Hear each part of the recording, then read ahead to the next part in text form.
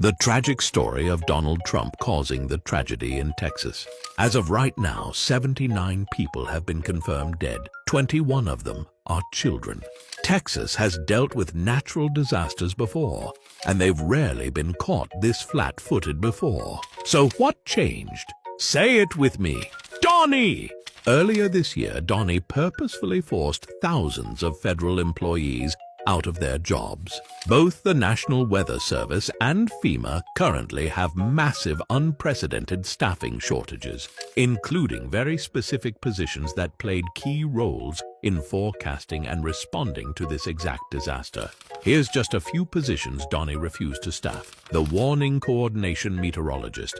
This position, crucial for linking forecasters with local emergency managers, was unfilled due to early retirement incentives offered by the Trump administration. The Observing Program Leader, another critical role that was vacant, further straining the office's ability to monitor and respond to weather events effectively. The Meteorologist in Charge. This leadership position was vacant, leading to a lack of coordination and oversight during critical weather events. And the head of National Response Coordination Center. The former head resigned specifically because of Donald Trump's changes that he said would lead to this exact disaster.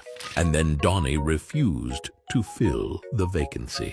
Because of Donnie, the forecasts went unread. No one was there to coordinate evacuation. No one was there to coordinate search and rescue. And 79 people died. 21 of them children at a summer camp. And all of this was not just preventable, it was predicted and ignored. A dramatic reading of the older millennial arrest report. I was positioned in the backyard of the adjoining property while officers were attempting to make contact with the wanted subject at the front door. The defendant came out to the backyard a couple of times with unknown means. I looked over the fence and gave challenges to the defendant to show me your hands and to get on the ground a couple of times while in full Clearwater police uniform. The defendant denied the commands and instead turned around and started to walk away from the officers. The defendant was then tased. Post Miranda, the defendant said, "I don't know why I did that. I'm sorry, it's my fault," and proceeded to take blame for the incident. Anyway, bye-bye, Joe. On to more important things, like this other chunky lying loser.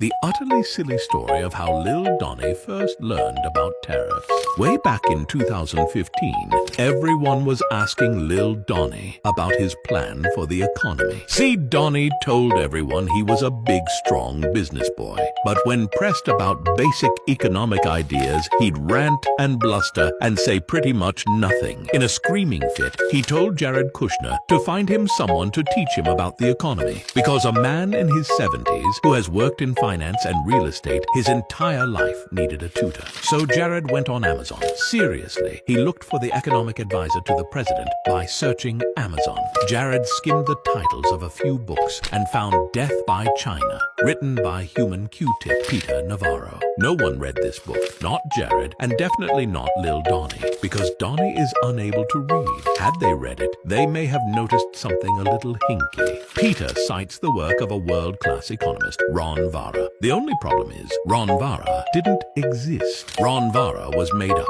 whole cloth. His stats and research completely made up. And Ron Vara, a fictional character Peter Navarro invented, advocated massive tariffs. And that's why we are in a trade war. That's why our economy lost trillions. That's why the ports are empty. That's why we're entering a recession. Because Peter Navarro played pretend with an imaginary friend, and Donald Trump can't read. Well, crap, I guess we have to talk about Caroline Leavitt. Earlier this week, Donald Trump's single biggest ass kisser had a bit of a moment where she shooed away a black police officer so he wouldn't be seen standing near herself or Lil Donnie. You should really look up this clip. The deep, angry glower on her face says it all.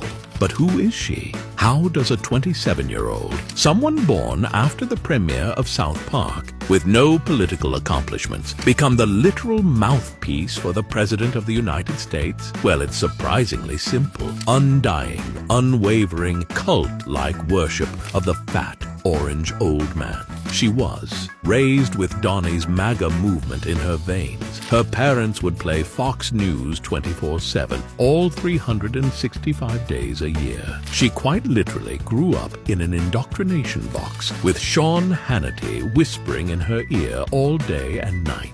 She attended St. Anselm College, where she played softball surprisingly well and often creeped out her fellow classmates with her hard-line right-wing pro-Trump rhetoric. That's right, while Donald was setting the country on fire during his COVID mismanagement, she was still in college playing softball. She later interned at the White House, writing correspondence letters where she was praised for her seemingly rabid love of Donnie. That was then parlayed into a full-time position, which she held for 2 years. Next, she tried to run for Congress. She leaned on her relationship with Donnie and Donnie's well-known weakness for blonde women who looked like they'd be on Fox News to get him to throw his support behind her, which he did, securing her place as the Republican nominee. New Hampshire, being a somewhat sane place, did not elect the child in the Trump shirt to office. Immediately after this, she met Nicholas Riccio, a real estate developer 32 years older than her. The two had a child out of wedlock, as Bible-believing conservatives are wont to do, and was married soon after. Levitt's devotion to Trump is so deep, she immediately returned to work on the Trump campaign rather than spend time with her newborn son.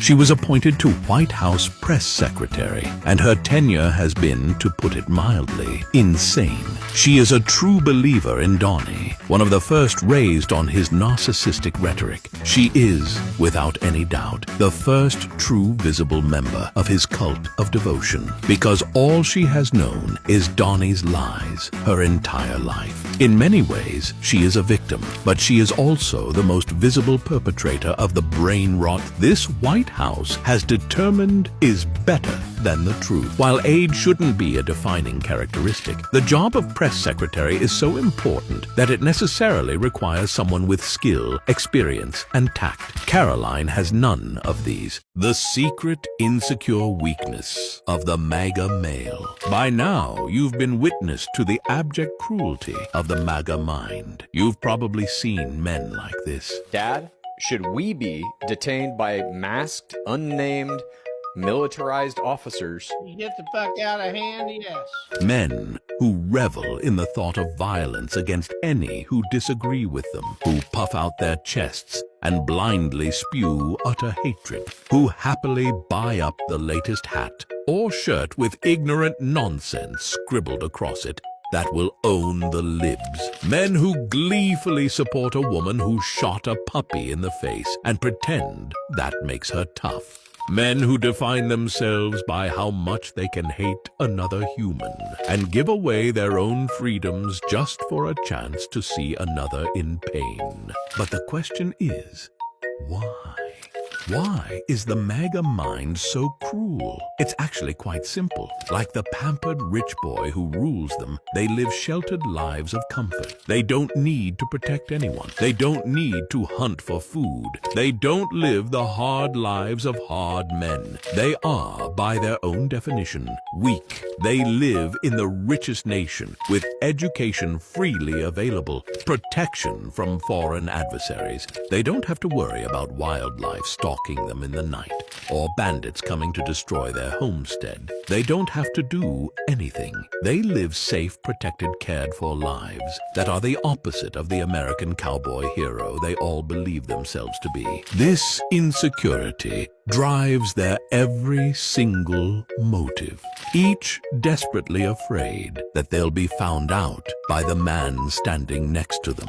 So they must yell louder, hate more, so that no one can question their manhood. No one can point out that they're actually ashamed of the life they've lucked into. So they'll tear down the comforts and protections provided to Americans, and once it's in tatters at their feet, each one will wonder why no one stopped them.